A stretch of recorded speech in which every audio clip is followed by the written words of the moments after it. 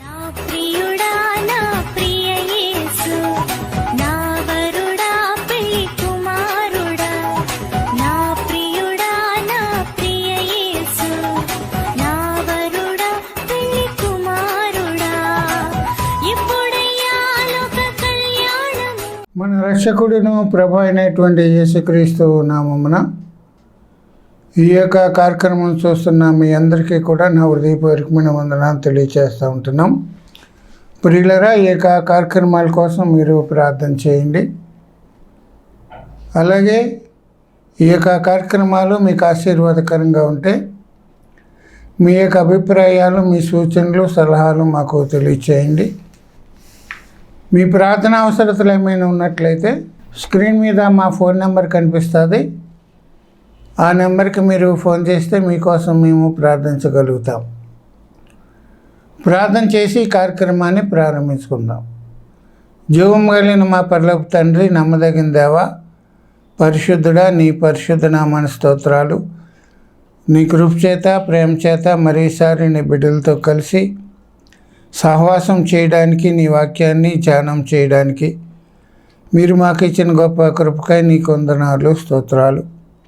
ఈ సమయంలో మీరే మాతో మాట్లాడండి. నీ బిడ్డలకు కావలసిన వర్తమానం మీరు దయచేయండి. నీ వాక్యమనే జీవాహారాన్ని మందరకు కూడా పంచిపెట్టమని నజరేయుడైన యేసునామం అడిగి స్తుతించి ప్రార్థిస్తున్నాం మా తండ్రి, ఆమేన్.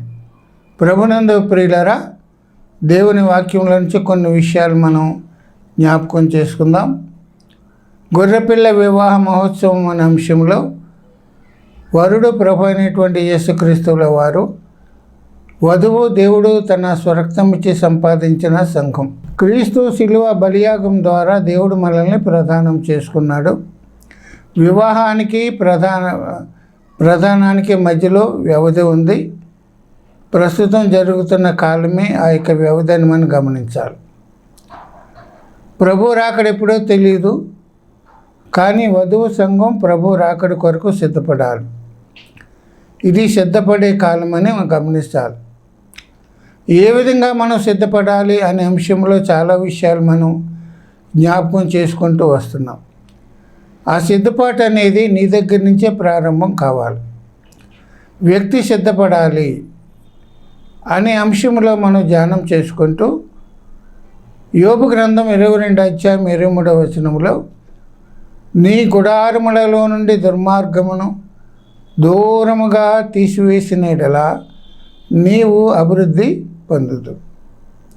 నీవు అభివృద్ధి పొందాలంటే నీ గుడారములో ఉన్నటువంటి దుర్మార్గాన్ని తీసి పారవేయాలి, దూరంగా పారవేయాలి. మరలా కనిపించకుండా దూరముగా పారవేయాలనే వాక్యం మనకి చెప్తూ ఉంటుంది. గమనించండి ప్రియులారా, మానవునికి 4 గుడారాలు ఉన్నాయని వాక్యం ద్వారా మనం ధ్యానం చేసుకుంటూ వస్తున్నాం. మొదటి గుడారము మన శరీరము, రెండవ గుడారం మనం నివసించే ఇల్లు, మూడవ గుడారం మనం ఆరాధించే మందిరం, నాలుగవ గుడారం ఏంటంటే జీవం గల దేవుని సంఘం. గుడారం అంటే అర్థం ఏంటంటే అది తాత్కాలికమైనది, అది శాశ్వతము కాదు అని గమనించాలి. కనుక ఈ గుడారాలు మనం వదిలిపెట్టి శాశ్వతమైన వాటి కోసం మనం ప్రయత్నం చేయాలి. శరీరాన్ని మనం వదిలిపెట్టాలి, మనం నివసించే ఇల్లును వదిలిపెట్టాలి, దేవుని మందిరాన్ని వదిలిపెట్టాలి, సంఘాన్ని కూడా మనం వదిలిపెట్టి ప్రియులరా, దేవుడు మన కోసం సిద్ధపరిచినటువంటి నిత్యమైనటువంటి గుడారంలోకి మనం వెళ్ళాలి. శరీరం ఒక గుడారం అయితే శరీరాన్ని పాపం ఏలుబడి చేస్తుంది. శరీరం ఉండే దుర్మార్గత గురించి మనం ఆలోచిస్తూ, శరీరంలో పాపం ఉంది, దురాశ ఉంది, విగ్రహారాధన ఉంది, మరి మద్యపానం ఉంది, వ్యభిచారం ఉంది.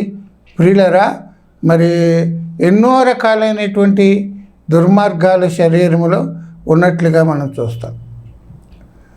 ఈ శరీరంలో ఉండే దుర్మార్గాన్ని మనం తీసివేసుకోవాలి అని మనం ధ్యానం చేస్తూ, ప్రియులరా, ఈ శరీరము దేవుని యొక్క మందిరం అని వాక్యం చెప్తుంది. విశేషంగా మన యొక్క శరీరాన్ని దేవుని మందిరముగా ఉండడానికి మనం ప్రయత్నం చేసుకోవాలి. ఇది దేవుని మందిరం అని మనం మర్చిపోకూడదు. ఈ మందిరాన్ని మనం దేవునికి పరిశుద్ధమైనటువంటి స్థలంగా, దేవుడు నివాసం చేసే యోగ్యమైన స్థలంగా దీనిని చూసుకుంటూ ఉండాలి, సరి చేసుకుంటూ ఉండాలి. దేవునికి అయిష్టమైనవి, దేవుడు అసహించుకునేవి ఈ శరీరంలో నుండి తీసివేయాలి. ఆ పరిజ్ఞానం చాలామందికి లేక ఈ యొక్క శరీరం అనే దేవాలయాన్ని ప్రియులరా పాపపు నిలయాలుగా మారుస్తున్నట్లుగా మనం చూస్తున్నాం. వ్యభిచార సంబంధమైనటువంటి నిలయాలుగా, దొంగతనం చేసే నిలయాలుగా ప్రియులరా మరి శరీరాన్ని త్రాగి మరి సమస్తమైనటువంటి పాపాలకి లోనైపోయినటువంటి మందిరముగా దీనిని తయారు చేస్తున్నారు. దేవుడు ఉండడానికి అనుకూలమైనటువంటి పరిస్థితులు వారి శరీరంలో, హృదయంలో ఉండటం లేదు. శరీర కార్యాలు శరీరంలో ఉన్నాయి కనుక దేవుని మందిరముగా మన శరీరం ఉండాలంటే గమనించండి, మన శరీరములో ఉండేటువంటి దుర్మార్గాన్ని తీసివేసుకోవాలి. ఏ విధంగా తీసివేసుకోవాలంటే వాక్యం ఏం చెప్తుందంటే మన శరీరం దురాశలతోనూ ఇచ్చలతోనూ సిలువ వేయాలి. మన శరీరాన్ని దురాశలతోటి ఇచ్చలతోటి సిలువ వేయాలని గలతీ పత్రికలో పౌలు చెప్తారు. మరి ముఖ్యంగా శరీరాన్ని ప్రియులరా నలగగొట్టుకోవాలని పౌలు తన అనుభవంలో నుంచి చెప్తున్నారు. కనుక మన శరీరాన్ని నలగొట్టుకుంటేనే కానీ శరీరంలో ఉండే దుర్మార్గతను మనం తీసివేసుకోలేం. కనుక మొదటి గుడారములో ఉండే దుర్మార్గాన్ని మనం తీసివేసుకోవాలి. ఎందుకంటే ఈ శరీరాన్ని మనం వదిలిపెట్టాలి. ఈ శరీరాన్ని వదిలిపెట్టిన తర్వాత దేవుడు మనకి మహిమ శరీరాన్ని ఇవ్వబోతున్నాడు. అది ఆయన ఉండే స్థలములో ఉండడానికి యోగ్యమైనటువంటి శరీరం. వాక్యం ఏం చెప్తుందంటే రక్తమాంసములు దేవుని రాజ్యాన్ని స్వతంత్రించుకొన నేరం. ఈ రక్తమాంసాలు కలిగినటువంటి శరీరంతోటి మనం పరలోకానికి వెళ్ళలేం. ఆ పరలోకములో ఉండాలంటే ప్రియులరా మనకి మహిమ శరీరము కావాలి. మహిమ శరీరముతో మనం దేవుని దగ్గర ఉండగలుగుతాం. అది యోగ్యమైనటువంటి శరీరం. ఆ శరీరానికి వ్యాధి ఉండదు, బాధ ఉండదు, కష్టం ఉండదు, ఆయాసం ఉండదు, ఆకలి ఉండదు, దప్పిక ఉండదు. వ్యాధి బాధ కరోనా వస్తుందని భయం కూడా దానికి లేదు. ఆ మహిమ శరీరంతో ప్రభు సన్నిధానములో ప్రభును స్తుతించు ఉండే అవకాశాన్ని దేవుడు మనకి కలుగజేస్తున్నాడు. కనుక మన శరీరాన్ని సిలువ వేయాలి, మన శరీరాన్ని నలగొట్టుకోవాలని వాక్యం చెప్తూ గమనించండి. మన శరీరం దేవుని ఆలయం. ఎవడైనానో దేవుని ఆలయాన్ని మందిరాన్ని పాడు చేస్తే దేవుడు వాణిని పాడు చేయనని యేసయ్య చెప్పాడు. ఈ శరీరాన్ని దేవుని మందిరముగా ఉండకుండా పాడు చేస్తే, పాపపు నిలయముగా పాడు చేస్తే దేవుడు మనల్ని పాడు చేస్తాడు. దేవుని ఉగ్రత కోపం మన మీదకి వస్తుంది. కనుక మొదటి గుడారము శరీరం గురించి మనం ధ్యానం చేసాం. అలాగే రెండవ గుడారమైనటువంటి మన ఇంటిని గురించి కూడా మనం ఆలోచించాలి. రెండవ గుడారం ఏంటంటే మనం నివాసం చేసే ఇల్లు. అదేంటంటే ఇంట్లో ఏ దుర్మార్గత ఉంటుంది అని మనం అనుకోవచ్చు. మన ఇంటిలో కూడా దేవుడు అసహించుకునేవి, దేవునికి ఇష్టము లేనివి మన ఇంటిలో ఉంటూ ఉంటాయి. అది మనకు తెలియచ్చు, తెలియకపోవచ్చు. దేవుడికి ఇష్టము లేనివి కొంతమంది ఇంటిలోకి తీసుకొచ్చి ఉంచుకుంటారు. కనుక ప్రియులారా మన ఇంటిలో ఉండేటువంటి దుర్మార్గాన్ని మనం తీసివేసుకోవాలని వాక్యం మనకి తెలియచేస్తూ ఉంటుంది. హెబ్రీ పత్రిక 11వ అధ్యాయం 9వ వచనములో అబ్రహాముని గురించి వ్రాస్తే ఏమంటాడంటే, విశ్వాసమును బట్టి అతడును అతనితో ఆ వాగ్దానమునకు సమాన వారసులైన ఇస్సాకు యాకోబు వారు గుడారములలో నివసించుచు అన్యుల దేశంలో ఉన్నట్టుగా వాగ్దాత దేశంలో పరవాసులైరి. అబ్రహాం ఎక్కడున్నాడంటే గుడారములో ఉన్నాడు. అబ్రహాము మంచి ధనవంతుడు, మిక్కిలి ధనవంతుడు. అబ్రహాం తన కోసం ఒక అంతస్తులు మేడ కట్టుకోలేదు, విలాసవంతమైన భవనం కట్టుకోలేదు. అబ్రహాము కట్టుకోలేదు, అతని వారసులైనటువంటి ఇస్సాకు కానీ యాకోబు కానీ కట్టుకోలేదు. కారణం ఏంటంటే ఇది మనకి స్థిరమైన నివాసము కాదు. ఈ లోకములో ఉండే ఈ యొక్క మేడలు కానీ, మిద్దెలు కానీ, భవనాలు కానీ, అపార్ట్మెంట్లు కానీ, విలాసవంతమైనటువంటి ఇళ్ళు కానీ ఇవి మనకి శాశ్వతము కాదు. వీటిని మనం వదిలిపెట్టాలని వారు దేవుడిచ్చినటువంటి వాగ్దాన దేశంలో పరవాసులైరి.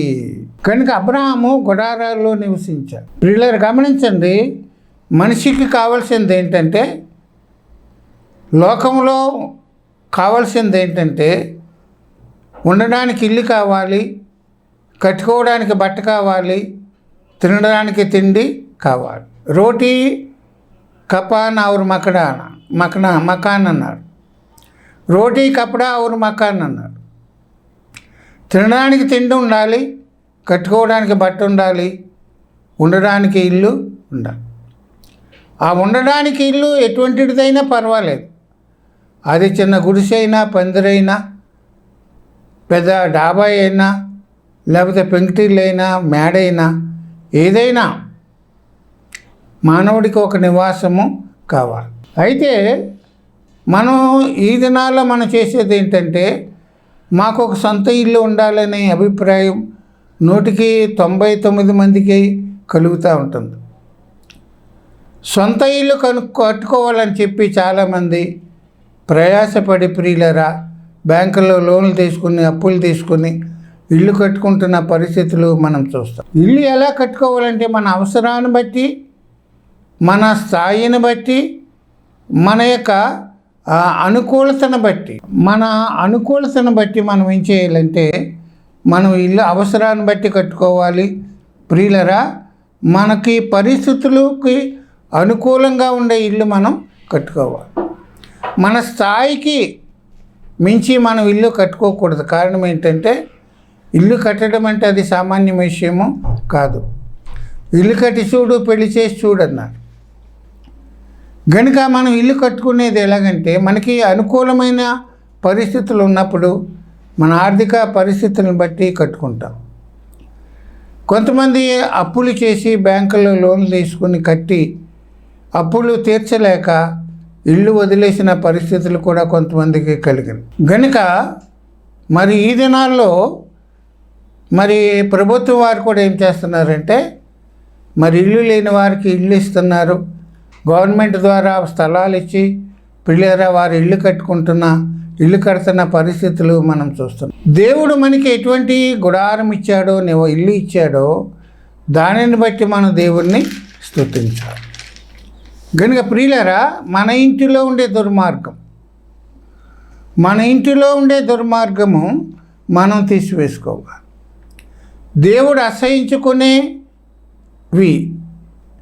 దేవుడికి ఇష్టం లేనివి మన ఇంటిలో ఉన్నాయేమో అది మనం గమనించి మన ఇల్లు ఆశీర్వదించబడాలన్నా, మన ఇంటిలోని వారందరూ ఆశీర్వదించబడాలన్నా మన ఇంటిలో ఉండే దుర్మార్గతను మనం తీసివేసుకోవాలని వాక్యం మనకి తెలియచేస్తూ ఉంటుంది.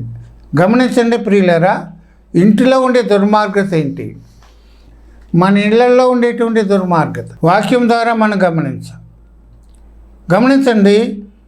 యెహోషువతో దేవుడు ఏమన్నాడంటే, యోర్దాను నది దాటారు. యోర్దాను నది దాటిన తర్వాత యెరికో పట్టణాన్ని ముట్టడించాలి. దేవుడు యెహోషువతో ఏమన్నాడంటే, అయ్యా నేను యెరికో పట్టణాన్ని శపించాను, అది శాపగ్రస్తమైనది, దానిలోని ప్రజలు శాపగ్రస్తులయ్యారు. మీరు ఆ పట్టణాన్ని స్వాధీనం చేసుకున్న తర్వాత ఆ పట్టణాన్ని ప్రజలందరినీ కూడా ఖడ్గంతో చంపి అగ్ని చేత కాల్చివేయింది. శపితమైంది ఇది కూడా మీరు దానిని తీసుకోవద్దు, ముట్టుకోవద్దు, అది శాపగ్రస్తమైంది. ఒకవేళ శపథమైంది ఎవరైనా తీసుకున్నట్లయితే వాడు ఇశ్రాయేలీల సమాజానికి శాపము తెచ్చిన వాడు అవుతాడు. వానిని బట్టి ఇశ్రాయేలు ప్రజలకి శాపం వస్తుంది. దేవుడు యెహోషువతో ఏమన్నాడంటే, శపథమైన దాన్ని మీరు ముట్టుకోవద్దు, దానిలో ఉన్నటువంటి వెండి పాత్రలు, బంగారు పాత్రలు, ఇనుప పాత్రలు ఇవన్నీ కూడా దేవునికి ప్రతిష్ఠితమైనవి, అవి దేవుని యొక్క ధనాగారంలో ఉంచండి యెహోషువతోటి దేవుడు చెప్పినప్పుడు యెహోషువ ప్రజలందరికీ కూడా చెప్పాడు. ఇశ్రాయేల్ ప్రజలు యెరికో గోడను పడగొట్టిన తర్వాత, దాన్ని స్వాధీనం చేసుకున్న తర్వాత ప్రియులరా, ఆకాను అనేవాడు ఏం చేశాడంటే, ఆకాను అనేవాడు ఎవరికీ తెలియకోకుండా, ఎవరు నన్ను చూడడం లేదని చెప్పి, ఆకాను అనేవాడు ఏం చేశాడంటే 50 తులాల బంగారపు కమ్మి కనపడింది ఆ పట్టణంలో, 200 తులాల వెండి కనపడింది, ఒక మంచి షినారు వస్త్రం కనపడింది. వాటిని చూసి ఆశించి వాటిని ఎక్కడికి తీసుకొచ్చాడంటే తన ఇంటిలోకి తీసుకుని, తన గుడారములోకి తీసుకొని వచ్చాడు. తన ఏ గుడారములో అయితే ఉంటున్నాడో ఆ గుడారము మధ్యలో గొయ్యి తీసి దానిలో కప్పి పుచ్చేశాడు. ఇది ఎవరికి తెలియదులే, నేను తీసినట్టు ఎవరికి తెలియదులే, ఎవరు చూసి వచ్చారులే అని చెప్పి ప్రియులారా, ఆకాను అనేవాడు 50 తులాల బంగారపు కమ్మి, 200 తులాల వెండి, ఒక షీనారు వస్త్రాన్ని తన నివాసం చేసే గుడారపు మధ్యలో దాచిపెట్టాడు. దేవుడేమన్నాడో తెలిసిన, ఆ పట్టణంలో శపించబడింది, శాపగ్రస్తమైనది ఏది కూడా మీరు ముట్టుకోకూడదు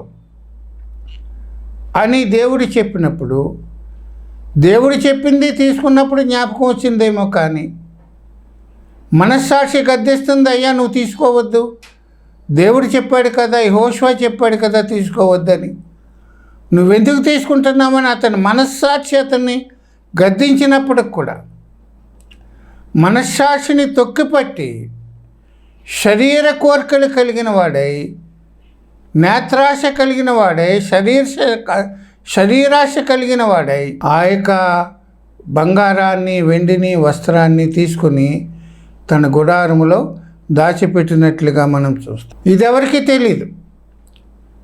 కానీ ప్రియులరా గమనించండి, మనం కూడా అలాగే అనుకుంటాం. ఆకానులాగా మనం చేసేది ఎవరికి తెలియడం లేదులే, ఎవరు చూడడం లేదులే, మనల్ని ఎవరు గమనించడం లేదులే, చాలా రహస్యంగా మనం చేస్తున్నాం అని అనుకుంటాం. కానీ మనుషులను మరుగుపరచవచ్చేమో, కానీ దేవునిని మనం మరుగుపరచలేము. దేవునికి మరుగైనది ఏది కూడా లేదు. నువ్వేం చేస్తున్నావో, ఏ స్థలములో ఏం చేస్తున్నావో దేవుడు చూస్తూ ఉంటున్నాడు. గమనించండి, ఆకాను చేసింది దేవుడు చూశాడు. ఇశ్రాయేల్ ప్రజలందరూ కూడా హాయి పట్టణం మీదకి యుద్ధానికి వెళ్ళారు. హాయి పట్టణం చిన్నదే, యెహోషువ కొంచెం సైన్యాన్ని పంపించాడు, కానీ ఆ యొక్క హాయి పట్టణం మీద వారికి ఏమాత్రం కూడా విజయము రాలేదు. ఎందుకు మనం ఓడిపోయాం? హాయి ఎరుకో పట్టణాన్ని మనం జయించగలిగాం, హాయి పట్టణాన్ని ఎందుకు మనం జయించలేకపోయామని చెప్పి ఆ యొక్క యెహోషువ దేవుని సన్నిధానంలో బట్టలు చింపుకొని ప్రార్థన చేస్తూ ఉంటున్నప్పుడు దేవుడు అన్నాడు, అయ్యా నువ్వెందుకు బట్టలు చింపుకుంటున్నాం? శాపగ్రస్తమైనది మీలో ఉంది. మీలో ఒకడు మీతో చేసిన నిబంధనను మీరాడు. శాపగ్రస్తమైనది వారి గుడారాల్లో దాచిపెట్టుకున్నారు. ఆ శాపగ్రస్తమైనది మీరు తీసివేస్తేనే కానీ, మీ మధ్యలో నుండి ఆ శాపగ్రస్తమైనది తీసివేస్తేనే కానీ నేను మీకు తోడేయుండనని దేవుడు యెహోషువతోటి చెప్పాడు. యెహోషువ ప్రియులరా, గోత్రాల ప్రకారంగా, వంశాల ప్రకారంగా, కుటుంబాల ప్రకారంగా, పురుషుల ప్రకారంగా ఒక్కొక్కరిని రప్పించినప్పుడు జబ్దీ మనుమడును హూరు కుమారుడైనటువంటి ఆకాను పట్టబడ్డాడు. ఆకాను పట్టబడినప్పుడు ప్రియులరా,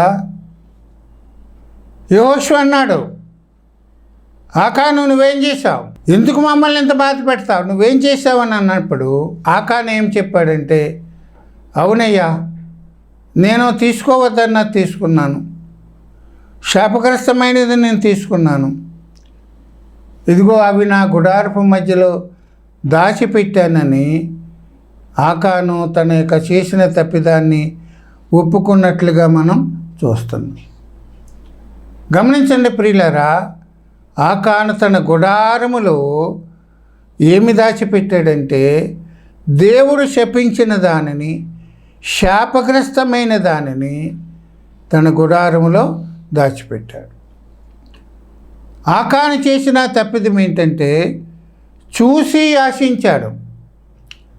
చూసి ఆశించినప్పుడు అతనికి ఏమి కలిగిందంటే దురాశ కలిగింది. దురాశ పాపమును కనగా పాపము పరిపక్వమై మరణమును కనను. దురాశ ఏమి చేస్తుందంటే, దురాశక ఫలితం ఏంటంటే మరణమే. దురాశ అంటే అర్థం ఏంటంటే ప్రియులారా, మనది కాని దానిని ఆశించడం దురాశ. రెండవది ఏంటంటే మనకి కలిగిన దానిని బట్టి తృప్తి పడకపోవడం దురాశ. ఆ బంగారము వెండి వస్త్రం చూసి దురాశ కలిగి ప్రియులారా పాపం చేశాడు. చివరికి అతని మరణాన్ని తెచ్చుకున్నట్లుగా మనం వాక్యంలో చూస్తున్నాం. చూడడం ద్వారా నేత్రాశ కలిగింది, శరీరాశ కలిగింది. శాపగ్రస్తమైనది తెలిసి కూడా తప్పు చేశాడు. మనం కూడా చాలాసార్లు ఇది తప్పు, ఇది చేయకూడదు, ఇలా మాట్లాడకూడదని తెలిసి కూడా మనం చాలాసార్లు అదే చేస్తూ ఉంటాం. చేయొద్దన్నదే చేయడానికి మనం అలవాటు పడిపోతాం. తెలియకుండా చేస్తే అది వేరే విషయం, కానీ తప్పని తెలిసి కూడా తప్పు చేస్తే అది క్షమించరాంది.